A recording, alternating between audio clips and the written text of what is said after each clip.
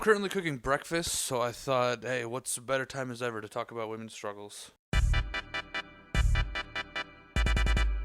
But finally, not talking about a comic book movie, so that's kind of a win. I didn't originally think I was going to make a video on this, basically because I thought that people were just going to like it.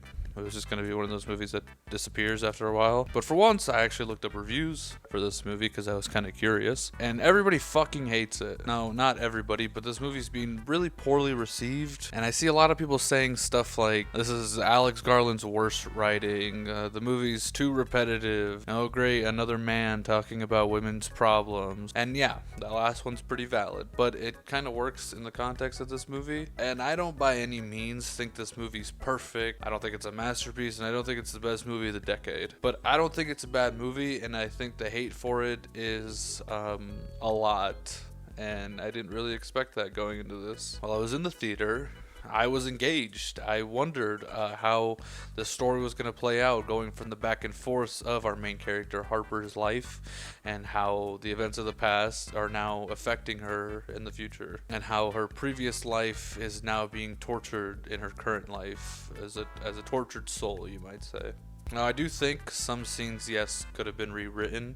I think the pacing is something that is a big problem in this movie. I think she should have realized this character isn't stupid. I think she should have realized a lot sooner something was wrong, something was not right, and she just continues to stay because during the third act, there are a lot of repetitive aspects. I do think that that is valid criticism. I think the third act suffers a lot from a pacing issue. Just from what Alex Garland is trying to convey in his story, I think that this is what he had to do, but I think the pacing suffers a lot because of the point that he's trying to convey. The movie's very poetic. The husband speaks about how when he kills himself that he's going to do it, and when he does, it's going to haunt and torture and just destroy you for the rest of your life, because that's what I'm going to do to you, because that's what you've done to me. You know, very manipulative, toxic relationship that we see convey with only a few different scenes. And the acting between these two characters is just fucking phenomenal. I love every bit of it. I really wish this is what a marriage story would have been, but we see the problems that these characters have, and you know, the manipulation and the toxicness that comes from it with only just a few scenes, and I think that that works really well for world building. Rory Kinnear, I believe is how you pronounce his name, is also fantastic in this movie. He plays 90% of this cast outside of Harper and her husband. And he switches between different characters, and I think he is a big reason to why I like this movie also. He's very good at acting in this movie.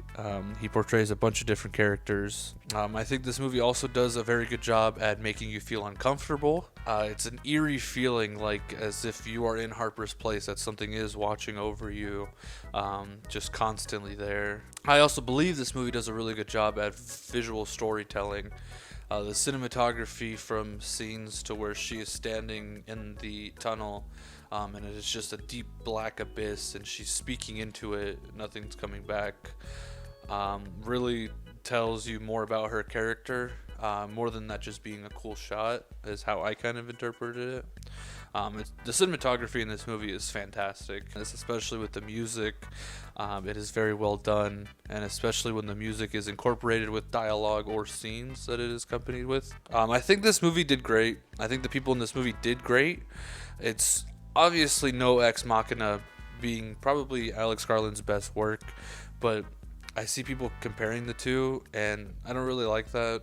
They're completely different genres, completely different themes, and I think people are too critical of this movie because Garland directed and wrote it. But I think if the exact same movie came out with some nobody directing it, some nobody writing it, and they just slapped on The Conjuring 7, I think people wouldn't really care about this movie that much and think of it too critically. Honestly, I think this movie is a very solid psychological thriller. If you're into that type of thing and you're looking to feel uncomfortable, I definitely recommend this movie. I feel like Garland knows how to portray a very uncomfortable story, and I think that's what he does very well here, while also touching about very relevant topics of toxic, manipulative relationships, And I think he writes the story pretty well. You see aspects of different spiritual beings, tortured souls that people can relate to from their own personal past. And I think this movie's overall pretty well done. Again, I don't really understand the hate behind it. I think it's getting way too much hate. I personally enjoyed this movie quite a bit. Like I said, I do think that the movie is repetitive in its final act, but the pacing is a big issue in this movie. There are just specific aspects that you have to pay attention to that carry on throughout the whole movie. So I understand that point of view. But I think this movie does a very good job at portraying its story and portraying its information. So I don't understand the hate behind it. I like this movie. I like Alex Garland, and I hope he continues to make more movies that people hate, because I'll like them. I'm going to give this movie a 7 out of 10. I thoroughly enjoyed it. I'll see you guys real soon.